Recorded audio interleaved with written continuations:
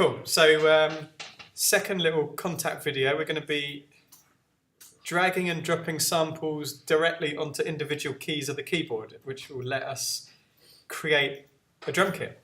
So I've just looked through here. I found a kick that I quite like.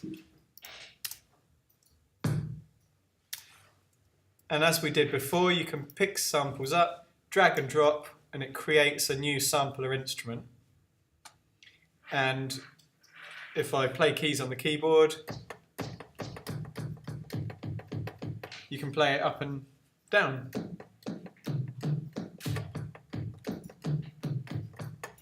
And actually sometimes you can hear coming out of the kick sounds quite nice when you pitch it up.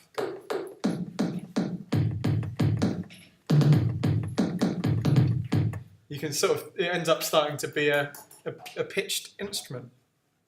That's because it's mapped itself all the way across the keyboard.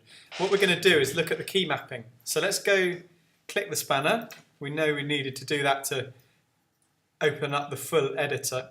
And this time we're going to have a look along the top here and we can see the sub-editors, or the different ones. There's the one that we want is this mapping editor, because that allows us to map sounds on the keyboard. It's really easy because it's graphical. So we click that and we get a picture of the keyboard, and it goes all the way from C-2, which is if you keep pressing transpose on your keyboard, that will be the key that's right down at the bottom there. And it goes all the way up to what, C8 up at the top there. And this golden box is where our sample is mapped. Again, it's graphical. You can just grab the edges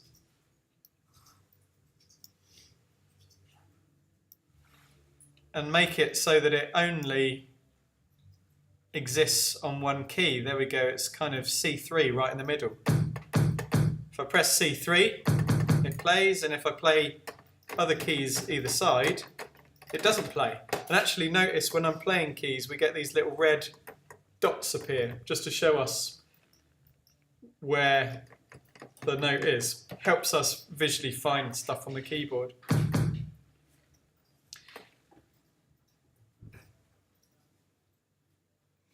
That's a kick sound, and I'm used to having kicks right down on that C1 on the keyboard. So where is that? Oh yeah, there. So if I pick this up and drag it to C1, cool, that's easy. So it's all drag and drop. Let's get another sound. So Finder, let's get a, I don't know, claps and snares.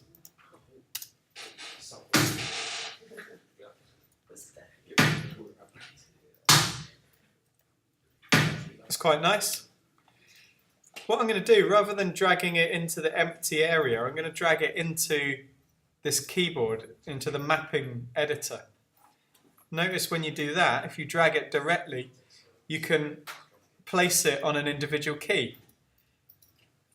And actually, if I scroll up and down, notice that the region that it's mapped to gets wider and narrower. I'm just going to map it onto a single key, so I'm going to go all the way to the bottom and then put it next to the kick there. So I should have... Great, snare. What else have we got? Let's find another. Some hats.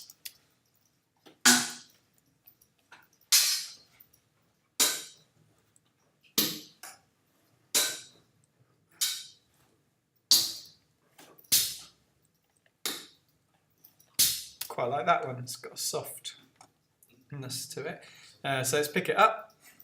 Hats always tend to be on that first of the three black notes. F sharp.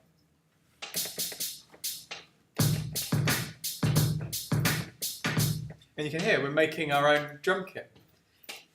These sounds can be from wherever. It could be sounds that you've recorded, maybe percussion instruments, or little sound effects. And you can quite quickly start to create a whole drum kit full of sounds mapped across the keyboard.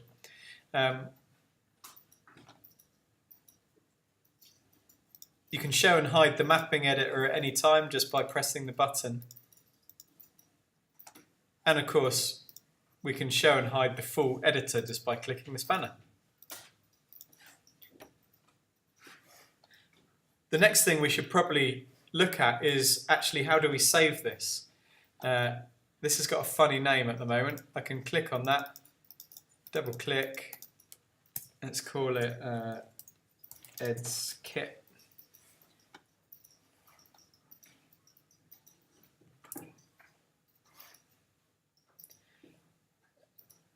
And I think I'd like to save this. Maybe I've got to a point where I've got a bunch of sounds. So if you go to the little disk icon, it doesn't say file, but that's the file menu, equivalent to file menu on most software. Click it and you'll see the typical settings. Save as, yeah, Ed's Kit. It asks you where you want to save it. I'm going to save it in Logic. There's a few options here. I think I'm going to make it a monolith so it saves it all in one file. A bit like those Logic projects that everything's all encapsulated in one file. Kind of quite neat like that. So that's it. Save. So that's our drum kit. Wherever we are, we can load up Kontakt, go into Logic, find Ed's Kit. There it is. Say it's an NKI file. Native Instruments Kontakt instrument. And you can just drag this into Kontakt and it will load up the sounds. Great, so that was dragging individual sounds onto individual keys by dragging it into the mapping editor, directly into the mapping editor and onto individual keys. And we noticed that you can change the range of where it is. I've spread that hi-hat across a couple of octaves now.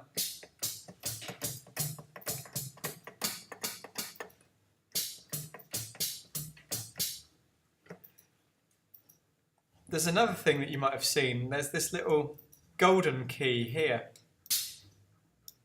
You can drag and drop that and place it wherever you want. That specifies where will this sound play back at its normal pitch. So that's the original pitch. So if we put the original pitch down at the bottom there, it's going to play back normally on that key, and then as you go up the higher keys, the pitch is going to go higher and higher.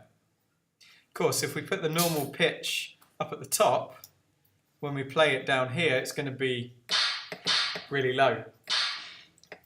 It's just, that's all it is. So you can choose. If you were going to set a range, I guess the obvious thing would be to probably put it somewhere in the middle so you can play both higher and lower. But for drums, to be honest, you tend to just have them as single hits on individual keys. So our drumming range just is on one key and only one key only. Have a play with that. You'll find some single hit samples on the shared drive, student resources, sample libraries. That was in the Funk Agenda Future Music House samples. There's some single hits in there.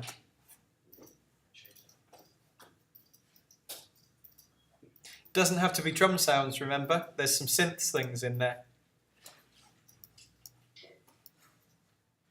Can drop that in. Maybe have that over a couple of octaves and have it play back in the middle. So suddenly you get a keyboard that you can play.